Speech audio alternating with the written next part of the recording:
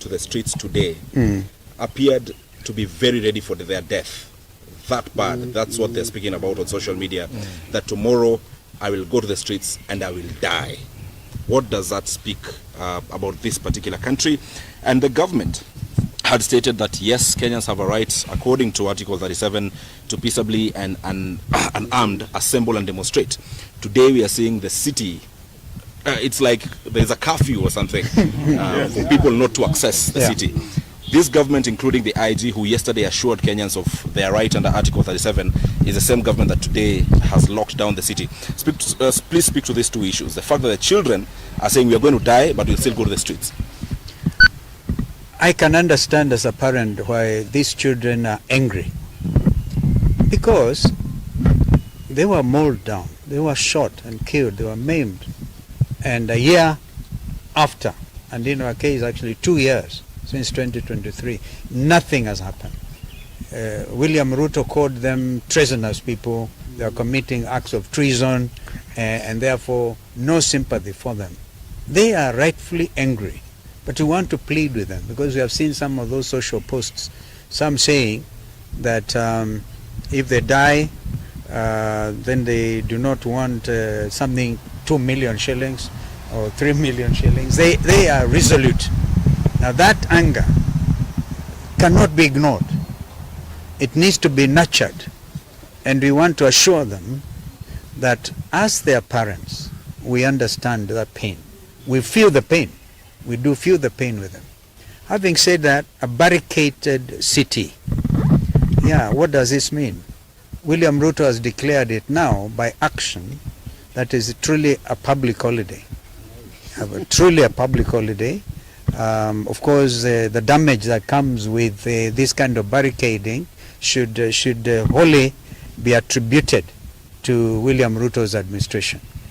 So we want to reiterate that even if they deny us today the possibility of going outside Parliament, the main entrance to Parliament, and lay wreaths there, I can tell you in the years to come, this is clear in my mind, in the years to come, this will be celebrated as a national holiday, properly, with people able to come to Parliament and without let or hindrance, without having this heavily armed policemen, armed to kill their own citizens. What a shame. So Kenyans must remain bold, Kenyans must remain resolute, and so this is a very important day. In fact, one of the most important days since this country gained independence in 1963. We have had various attempts like amending the constitution and giving ourselves a new constitution in 2010. And actually on the strength of this constitution, these young people came out. Under Article 1, what I'm wearing here is the only thing they were armed with was Article 1 of the constitution. They are very clear. They're very clear. We have here a document that will stand the test of time. And nobody, no William Ruto or Kanja or Sakaja can do anything about it. This is a new country. And therefore we must prepare it for the owners, the young Kenyans. As the leader of the united opposition, you repeatedly said that today will be a public holiday to join the young people. What was the plan? You've already mentioned laying of wreaths, which appears, or so far looks like, may not happen. But what did the opposition have in mind when you declared today a public holiday? Because of heavy remembrance. This is not usual type of remembrance. In 2023, we are not even allowed to come to a church like this, and we really must thank the Catholic Church for their magnanimity and their sense of understanding. In fact, we understand that on the 29th, all the Catholic faithfuls and the Catholic Church, we had this from Bishops Anyolo and Muheria and others, will be commemorating this event.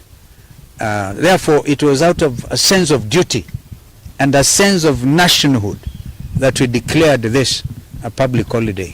We didn't want to gain cheap political mileage because we are not the type to do so. It is out of a deep sense of commitment to this country and the welfare and the future of this country that we made those announcements. Noah Kipkemboi from KTN. Yes, no. My question is sort of calling to order the political class. And I know we don't want to mention classes in this particular situation, but this issue of goons, it is an economic disparity question, and people taking advantage of that disparity and utilizing people against its own people. Call to order the political class in this issue of goons, please, sir. Goons. Goons. I'm told even the international community have actually accepted that terminology. In their very strongly worded statement yesterday, they have come out and called out because they are partners. Nobody, I've seen an attempt by chairman of a committee in parliament trying to say, oh, non-interference. When it comes to the issue, and here I speak to you as senior counsel and a leader in this country, when it comes to and a former foreign minister, I can tell you this. When it comes to the issue of human rights, they are universal. You cannot run to a corner there called Kenya and plead non-interference. You cannot even talk about Vienna Declaration, right? Because this is a matter that was canvassed seriously before the floor of the United Nations General Assembly and agreed that when it comes to the issue of human rights, particularly basic, and the beauty about our Constitution, 2010, is so strong on the issue of basic rights. That's why I saw somebody when we went to church with Musyoka Eugene and other friends there. A gentleman walked inside there carrying a poster, and he said, hawkers' rights are also human rights. Why shoot a dead and hawker? Why shoot him? All right. We pray, still continue to pray for Kamau, that God will have mercy on that young man and the family. I listened to the cries of his mother, distraught. They are not able to talk to him, and so we want to plead that and thank the hospital, Kenyatta National Hospital, for trying to help him, carrying out 2 operations. But rights. Even under Article 43, by the way, we are all socialized to Article 37, even what IG is able to quote, yeah, the right to peaceably and unarmed to demonstrate. You cannot change that. So Article 43 on those other human rights, social rights, very, very important. Therefore, goons who came in carrying, of course they were paid 1,000 shillings. We have seen them confessing. Thank you to the media. Thanks for the media really highlighting this, that they are saying, oh, we didn't know. It is a very shameful thing.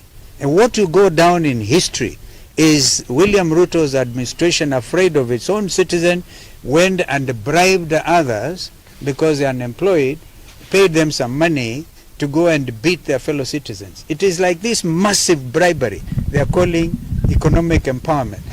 They go carrying 3 million shillings from William Ruto, 2 million shillings from Kindiki, and then after that they take the same money and they go to the next station, they do the same thing. Whom are you trying to deceive? So people are ready for that money. As Rigiji likes to say, kulia hapo, don't even take it home. All right? Yeah, last question. Empowerment. So they call it empowerment. Kenyans are beyond that. So I think that Gen Zs and others are able to see that the millennials, Zen Zote are able to tell these people, stop the jokes. These are serious jokes. Last question from me. And I think that before we leave the issue of goons,